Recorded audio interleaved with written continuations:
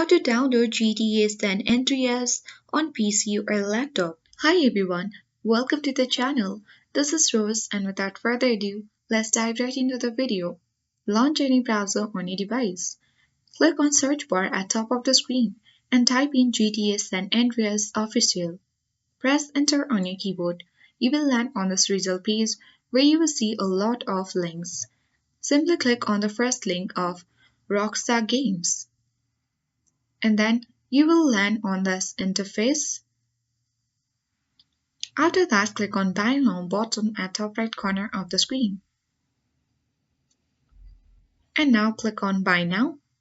So you simply need to pay $23.99, which is discounted amount after $59.99. And after that, you simply need to get into the another section by clicking on it.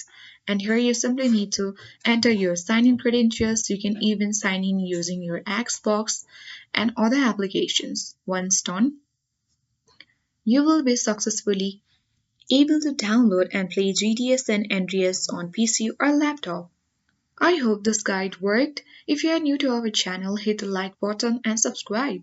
Thank you for watching and see you in the next video.